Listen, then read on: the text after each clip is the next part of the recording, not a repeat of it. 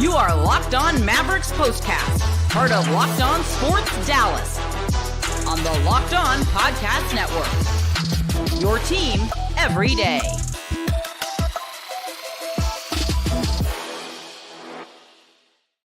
Welcome to the Locked On Mavs POSTCAST on a Monday night. I am longtime host and reporter Jeff Biggs. Great to be with you. Thank you for watching Locked On Sports Dallas, your destination.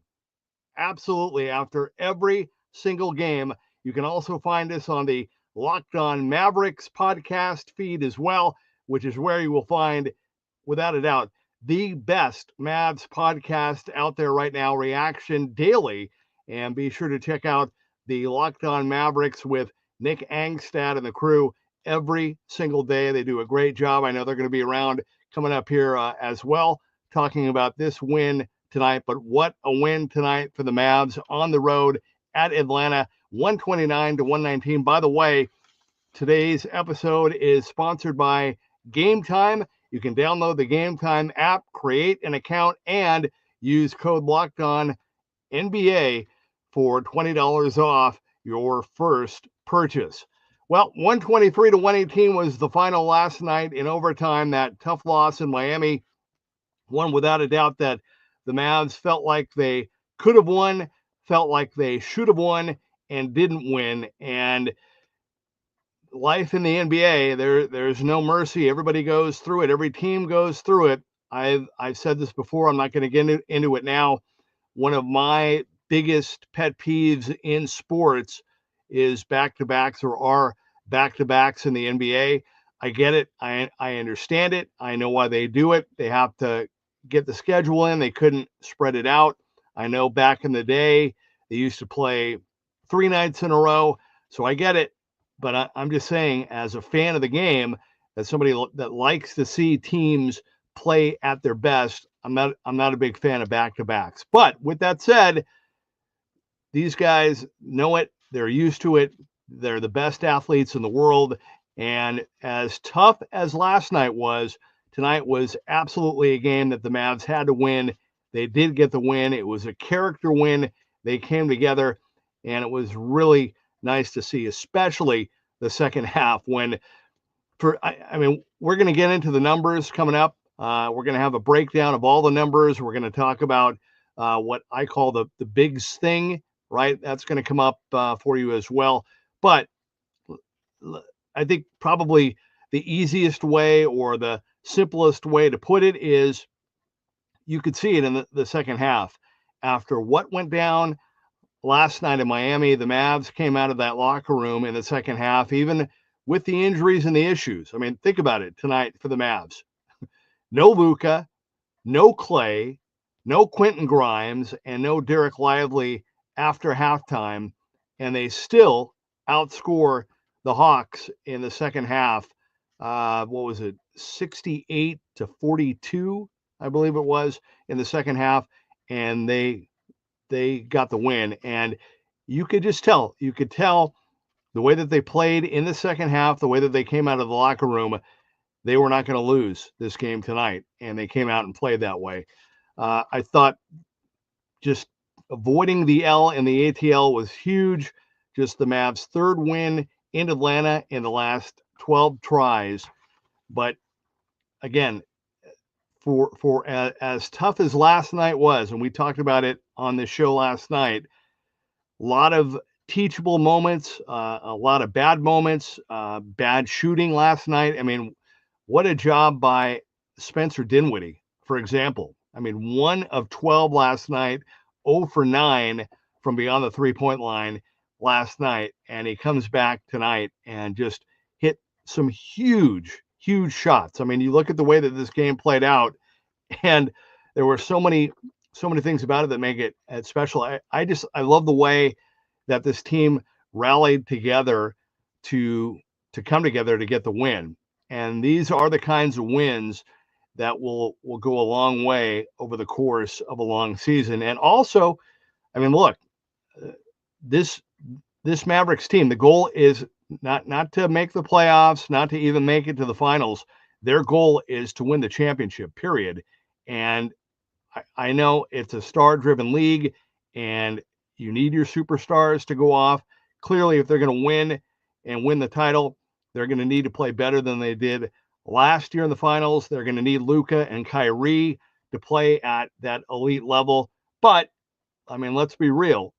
Every year, every finals run, you need the whole team. You need your bench, you need your role players, you need everybody to step in and come through at some point over the course of a playoff run when you get those wins. So I like this group. I like the pieces. I like the way that they play for each other. They care for each other. Because look, after that loss last night, I mean, it could have easily gone the other way. I mean, they could have gone negative. They could have used kind of the sickness to kind of get into a pity party and feel sorry for themselves. And they could have gone into that arena where they have not played well, except for Luka's 73 earlier this year. They could have had, if they would have lost, if the Hawks would have blown them out, I think the excuse would have been, well, yeah, but look, they didn't have Luka, they didn't have Clay, they didn't have Quentin Grimes, Derek Lively sat out at halftime, so that would have been the excuse, and would have been like, okay, but they got a win, they got a big win in Denver, now they'll go back home. But again, this team, even trailing at halftime after a slow first half, and again, it was great to see the Mavs respond the way that they did with a 10-0 run to end the first quarter. But then, as great as that was, I mean, the Hawks got right back in it, and they closed the second quarter with their own 12-0 run. And the Mavs were, again, just like last night, they were fighting to stay in the game and to get back into the game, and they were down at halftime. And you're thinking, okay, here we go again. This is where the wheels are going to come off. And there were some moments even in the third quarter, but to their credit, they got that burst kind of midway through, and it was Dinwiddie that came through. Najee hit some shots, and then finally, after a tough 6 quarters for Kyrie, I mean, he finally got going again. He finally found it, as you knew he would. He knew he would. I don't know if you had a chance to hear any of his comments after the game last night.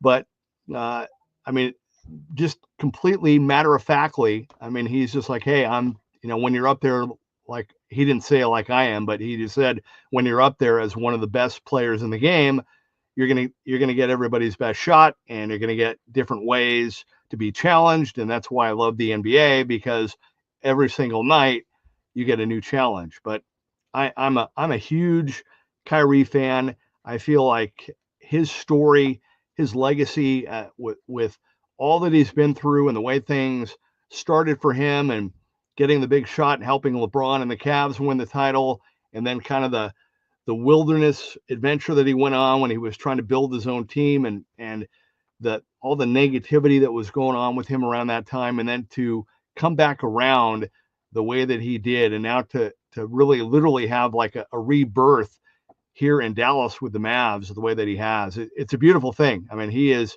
there's nobody like him. And like I said, I don't feel like his legacy is done. I feel without a doubt he's got another championship run or 2 or 3 in him.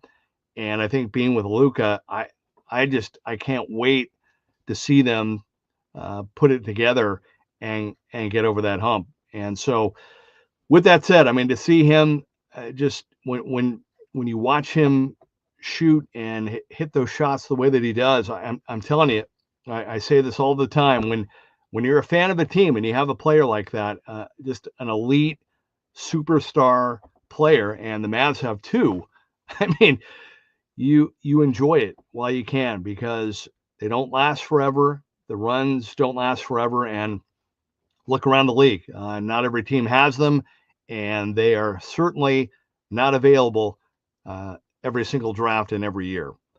All right, so it's kind of my opening thought, but my big takeaway, just initially, we'll get more into that in the last segment, but this was a game that I felt like they needed to win, not for me, not for the fans, but I think for themselves. I think that they needed this, especially being sick and all the issues that they're going through. They needed this to help this team come together, and it was good to see, because think of it the other way, all right?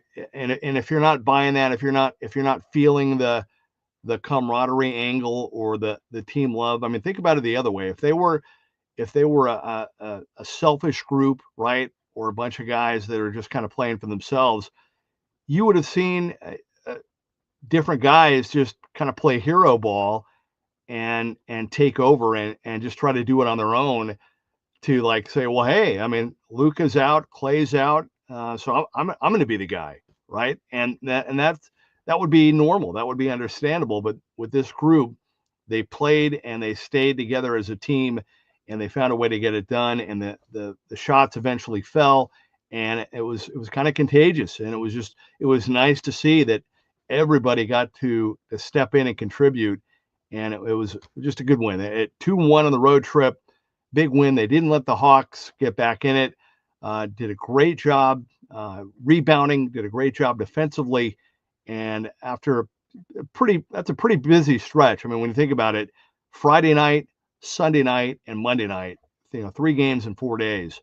At that level, when you're a team that other teams are gunning for, that was a very solid win. All right, coming up, when we come back, we're going to get into some more numbers and some of the specifics as to how the Mavs were able to pull this game out, again, the way that they did, trailing at halftime. And what did they do? And what about Kyrie? And what about the Mavs defense? What did they do to get going and to pull this game out in the second half? We'll do that when we come back in segment number 2.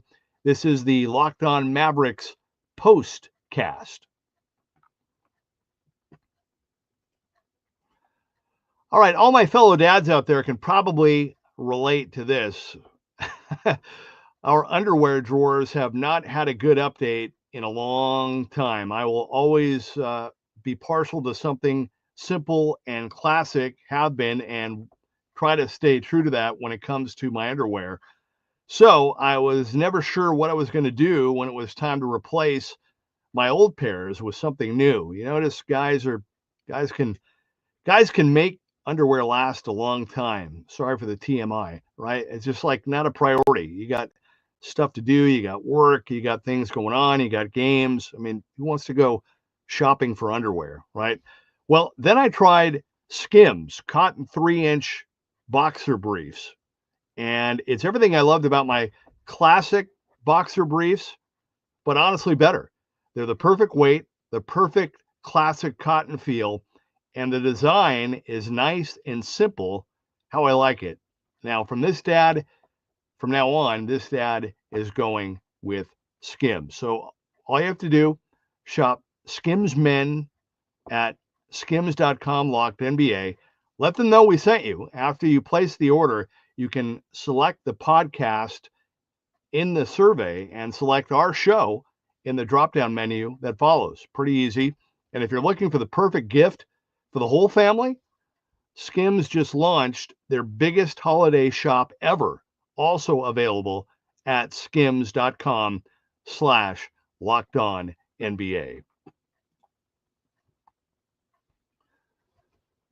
Welcome back to the Locked On Mavericks POSTCAST. I am Jeff Biggs. Happy to be with you. This is show number 2 for me. Not that it's about me, it's about the Mavs, and it's about their win tonight in Atlanta. They avoid the L and the ATL. They bounce back, get the win, 129-119, the final. Some of the things that really stood out to me about this game tonight. Again, no Klay Thompson with plantar fascia, and I don't know how again, we'll find out. I don't know how you have like partial plantar fascia. I've only had the full tear before, and I was in a walking boot for a week. I don't know how these guys do it. I mean, these guys are obviously better than me, and they're phenomenal athletes in better shape. But you just hope that does not get worse for Klay, who I thought, despite the loss last night after the 0 in Denver, came back and really had a good game last night. Really came right back. Didn't think about the 0 in Denver. Came right back last night. His first shot was a 3. He was aggressive, and I thought he did a really good job. But no Clay, no Quentin Grimes. He was out with the illness. And again, after the slow start, the Mavs finished the first quarter with that 10-0 run. How about Najee, though, getting the spot start tonight? Okay, what did Najee finish up with? In 27 minutes, 22 points, 6 rebounds, and 1 assist. But for Najee, that's 3 straight games with 20 or more points for the first time in his career. That's good. I mean, that's a good run. That's great for him. And I know Jason Kidd takes a lot of heat, and I think maybe some of that stems sometimes is that maybe he's too much of a player's coach, maybe too friendly, and isn't hard enough on the team. But I give Jason Kidd credit because, and this is where, again, sometimes there is a line between us as fans and the team and the media. He started Jaden Hardy tonight, right? And Jaden Hardy, not only did Spencer Dinwiddie have a bad game last night, but Jaden Hardy had a rough game last night. He was 0 for 3, and it seemed like the misses were 100 times more than just the 3 shots that he took. I mean, they were big misses at bad times last night for Jaden Hardy. And what does Kidd do? Kidd starts him. Now, maybe he didn't feel comfortable with anybody else, but with that said, the fact that Hardy had such a bad game last night and the fact that he was able to come back tonight and get the start and respond the way that he did with 23 points, obviously a season high for him. 8 of 18, 2 of 7 from beyond the 3-point line, 5 of 7 at the free throw line, had 3 rebounds, a couple assists, had 3 steals. I mean, look, last night, you wanted to see more, but I like Jaden Hardy's game. I like the way that he plays, and I think he's a guy that can really be an asset. Maybe obviously not maybe a 30-minute asset, but a guy that I think can be in the mix and can help this team. And so I thought that worked out perfectly. Again, bad night last night, really good night, making the most of the opportunity and helping the team with his start. So props to Jaden Hardy for the way that he played. Again, Najee, another monster game.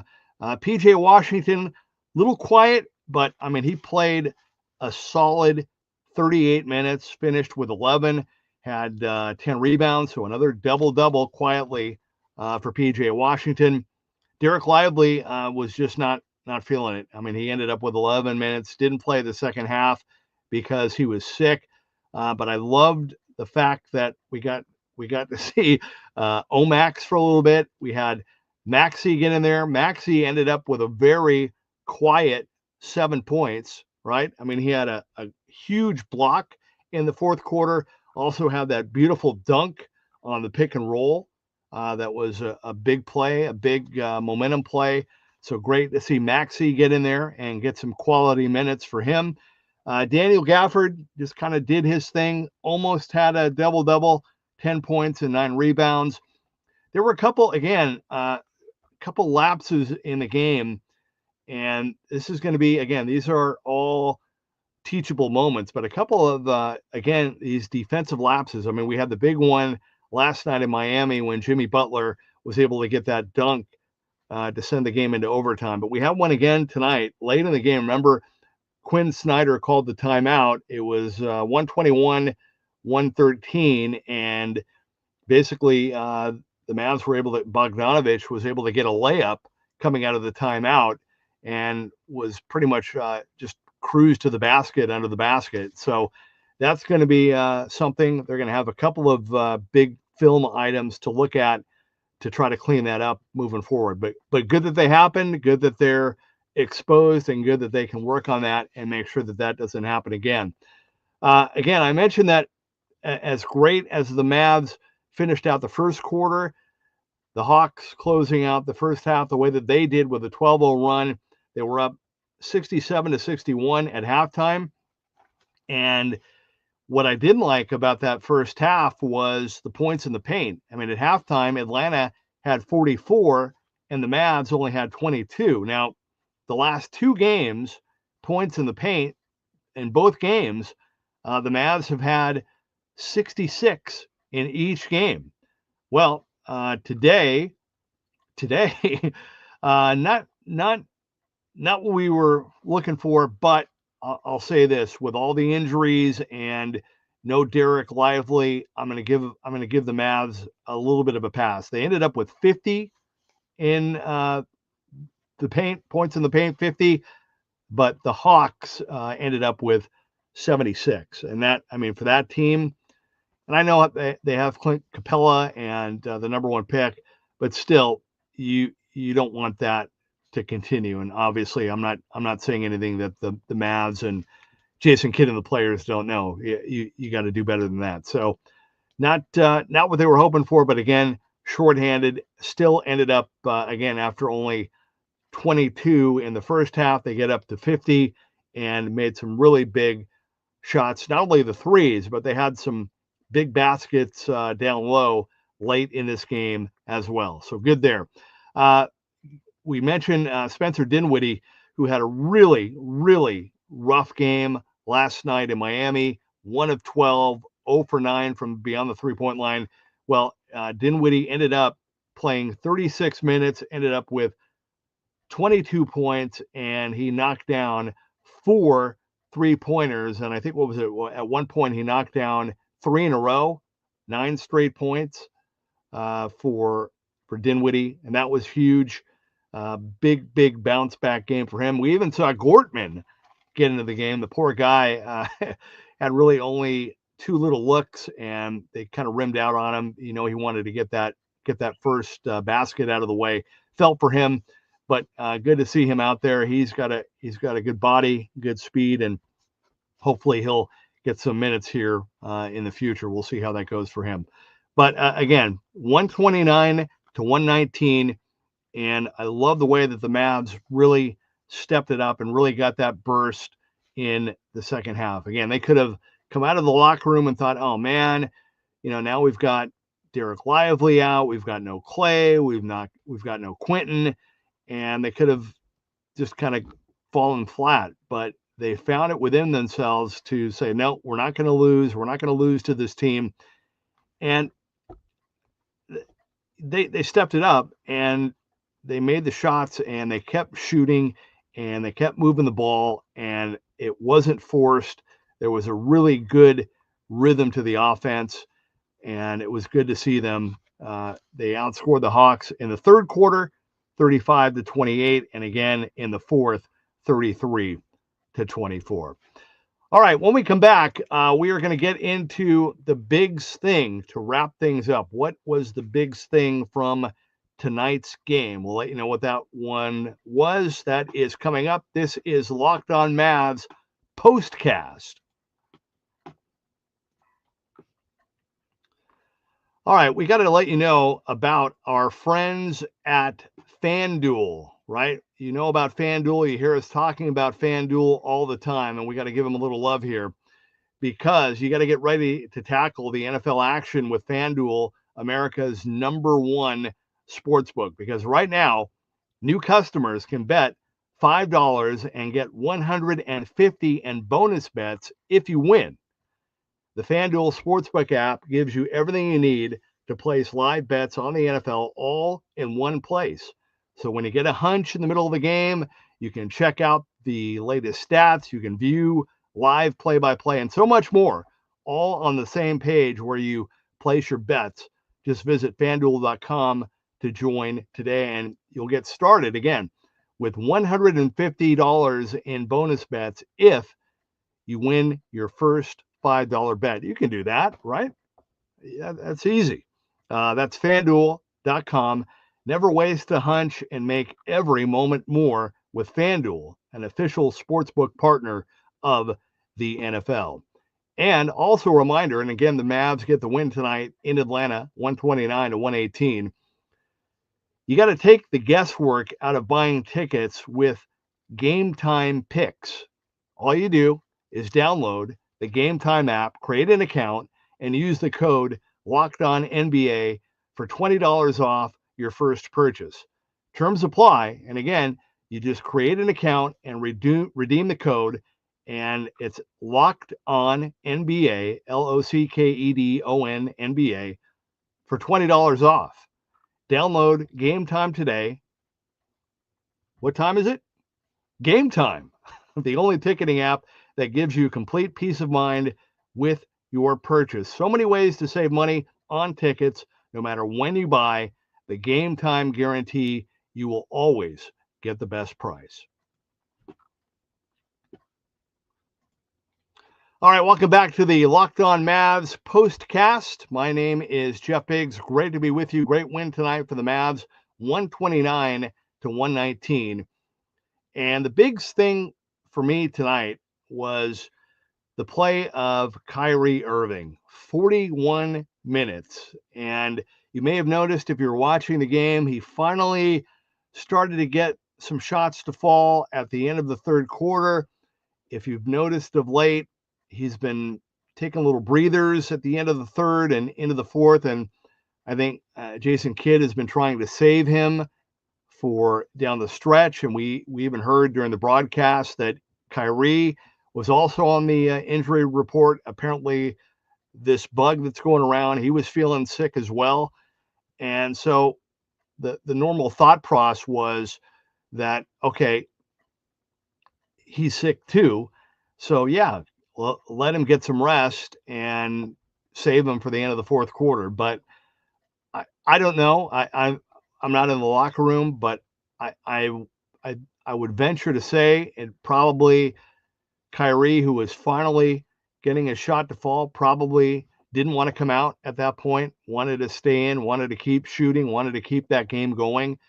And he did. And to his credit, I mean, I think he finished with 5 of his 6 threes in the fourth quarter, 32 points, 11 of 28, 6 of 13 from beyond the three-point line, 7 rebounds, 6 assists. Just a monster game, a sigh of relief, not only for Irving, because you knew that those shots would fall eventually for him, but I think just a big boost for the team. And I mean, that has to be a relief for the team, knowing that you have a guy like Kyrie on the floor with you, or Luka, obviously, when he comes back. So it was a big win. Again, 3 games in 4 nights, and the Mavs win 2 of them. I think if you're looking at this Mavs team, we talked about this a little bit last night. Look, teams are going to get up to play them. Teams are going to get up to beat Kyrie and to beat Luka. I mean, if you can beat those guys, that's a trophy. I mean, that's a trophy win, and they're going to be up to play those guys every night. And so if you're the Mavs, you want to.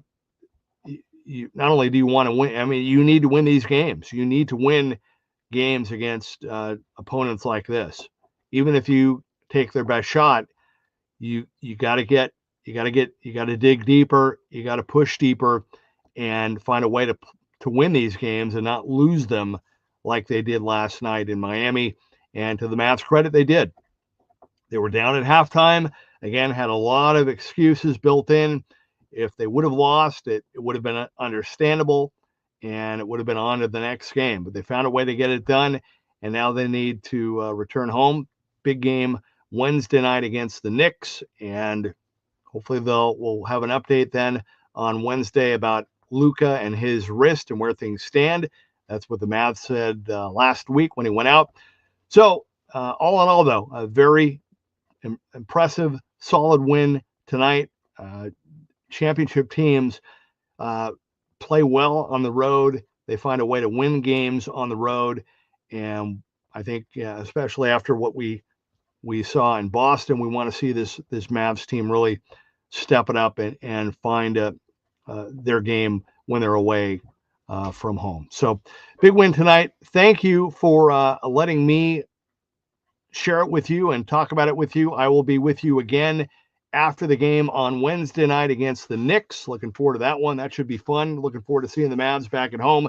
And a reminder, I want to keep saying this, we're on the Locked On Mavs POSTCAST, but we're on the Locked On Sports Dallas feed, your destination after every single game. You can also find us on the Locked On Mavericks podcast feed.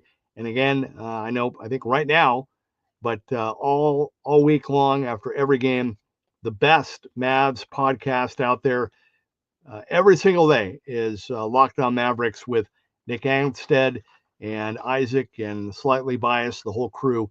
They'll have a lot more on this game tonight, a lot more tomorrow, and they'll get you ready for the big game Wednesday night with the Knicks.